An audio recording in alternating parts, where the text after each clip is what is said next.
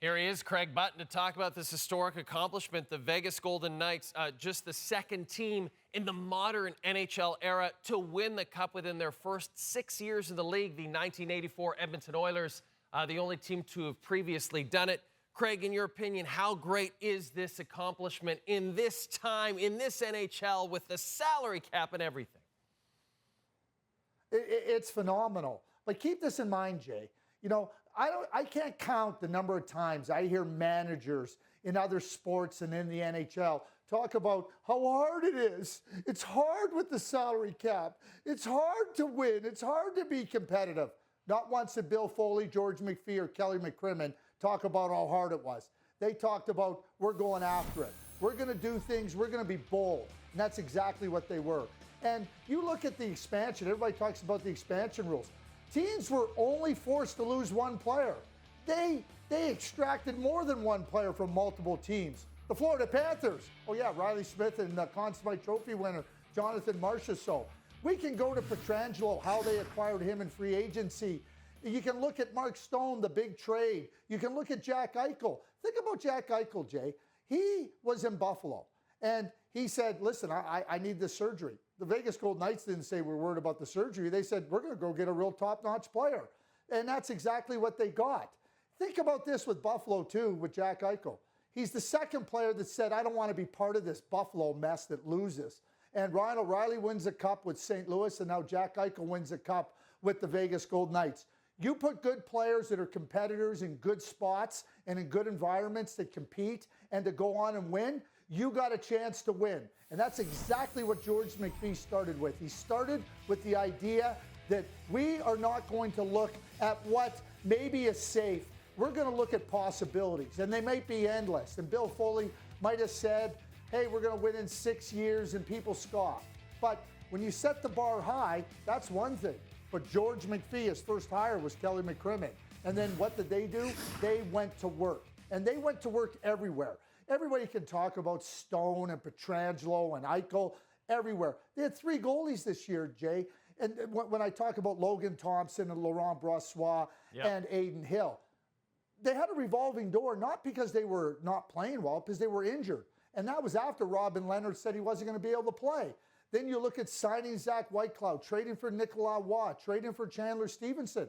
These are all players available to other teams. They develop. They traded first-round picks and good prospects to get to where they're at.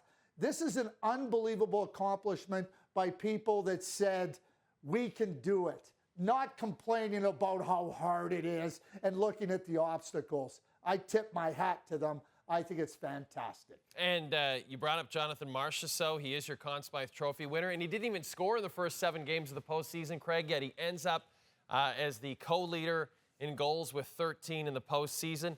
Was he your Conn Smythe choice? Yeah, absolutely he was. Any team that wins the Stanley Cup, Jay, is going to have players that should be in consideration for the Conn Smythe Trophy. But Jonathan Marchessault, what he did in the Stanley Cup final, what he did after not scoring in the first 7 games, just rolled along. He was dangerous. I mean, his line with Eichel and with Ivan Barbashev was tremendous. But when you're looking at a player who wants to make a difference in the game, who's looking to make a difference in the game, it wasn't just the goals. Yes, they count. And yes, they matter and they're really important. But for Jonathan Marchessault, he was dangerous. He was dangerous when he wasn't scoring. And then he became even more dangerous when he put the puck in the net. Jack Eichel said it best. They were asking him why he wasn't shooting. He said, I need to get the puck onto the stick of the hottest guy we have. And that's exactly what Jack Eichel did. Marchessault finished it off nicely. To me, there's always other worthy candidates, but number one in my view, was the winner, Jonathan Marchessault. And, you know, around the deadline, Craig, Vegas seemed to be in on a lot of different players, and they end up picking up Barbashev, and it's so unbelievable how a lot of people realized how great Barbashev was as a player because they got to really see him a lot throughout this postseason, and just how well, as you said, he's on that line with Marchessault, how well he fit in with this team. Well, you know, teams are made up of a lot of different players, and you ask players to do a lot of different things over the course of the game. And, you know, not every player, you can't have exactly the same player doing exactly the same thing. You need a mix. And that's the other thing that George McPhee and Kelly McCrimmon did a fantastic job with. They put players into the right spots, and they understood what players could contribute. And that's how you become a well-balanced team. That's how you become a well-rounded team. That's how you become deep. That's how you become a handful for everybody you played in these 2023 playoffs. So Barbashev, when you look at how big he is, how skilled he is, how smart he is, how versatile he is, that's the type of player that the Vegas Golden Knights have. Yeah, Jack Eichel's top-notch. Yeah, Mark Stone's top-notch. Yeah, Alex Petrangelo's top-notch. But you're not getting anywhere if you don't have other players that can fill in deeper down your lineup. And yeah, I'm talking about the Toronto Maple Leafs, who are just kidding themselves with the lineup that they try to win with in the playoffs. Okay, let's not talk Leafs. Let's talk about Gary Bettman to close this out.